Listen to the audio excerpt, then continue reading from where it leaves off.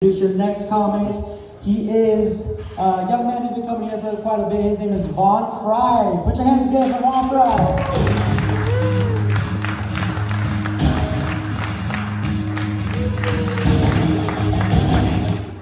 I'm not used to having entrance music.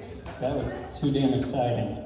A lot of excitement in my life, actually. I got a new phone, first new iPhone in 5 years. Well, I paid for it, and I just haven't gotten it yet because it's how T-Mobile does stuff, I guess. And you know what's crazy about phones is like now you see it's all about the coverage, your data plan.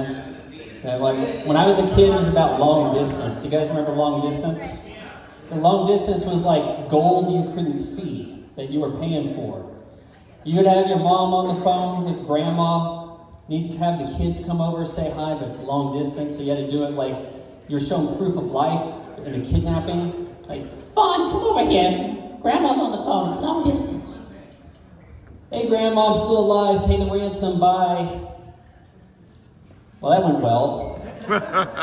Yeah, I must be old if long distance is not that common of a thing. We got any sports fans here? Yeah. I figured. You know, I was thinking, with the Cleveland Indians changing their name to the Cleveland Guardians, kind of has me wondering what sports team is going to change their name next. Could it be the Atlanta Braves or the Kansas City Chiefs? Now, as a proud Kansan, I think it's time that the Kansas City Chiefs change their problematic name to the Missouri Chiefs. That's right. I don't like them using Kansas and not paying Kansas taxes. So Missouri Chiefs, or redraw that damn map and put Kansas City where it should be. Honestly, I don't trust Patrick Mahomes. It's cause, what the hell's the Patrick price? What is that? He's spending all of his free time looking for the lowest rate on insurance. Are we really believe in that? And it turns out it's the same as everybody else. He's the spokesperson for Allstate, or is it State Farm, whichever. State Farm. They can't give him a break. That's crazy. Look, if you're Patrick Mahomes, you got a $250 million paycheck. You're one of the best quarterbacks in the NFL. You're engaged to Brittany Matthews. You're not going around looking to save money on insurance. You're going around looking to cheat on Brittany Matthews. Now, any of the other comics out here, have you guys tried pitching a show to Netflix yet? I have. Yeah. You can see how that worked out because I'm here, right?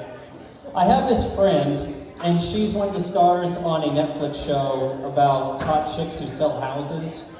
And I said, hey, look, I've got some ideas for shows. Can you get me in touch with somebody at Netflix, please? And she did.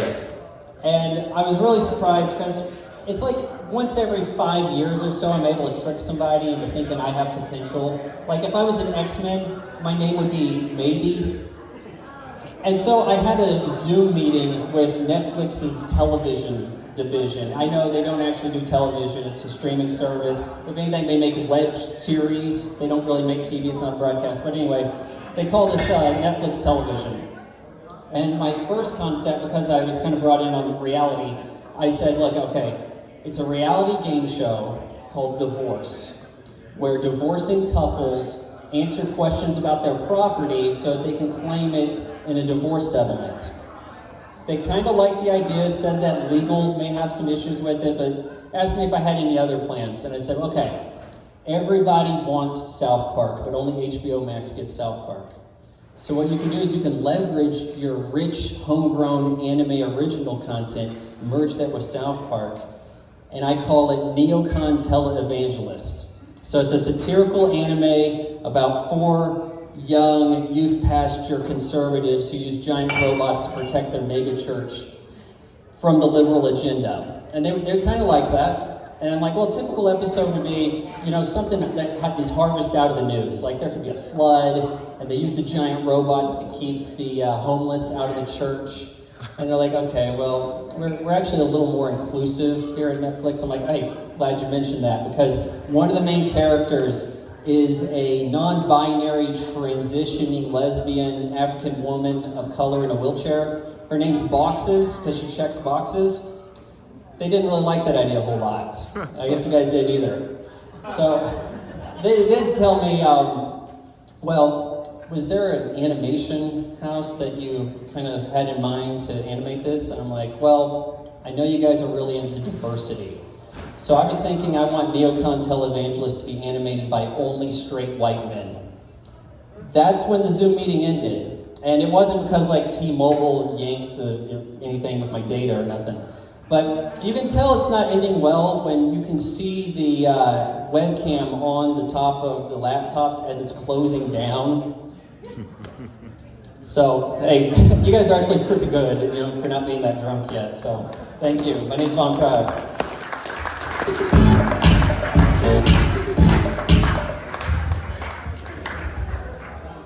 And that was his TED Talk, so give it up for Von Fry.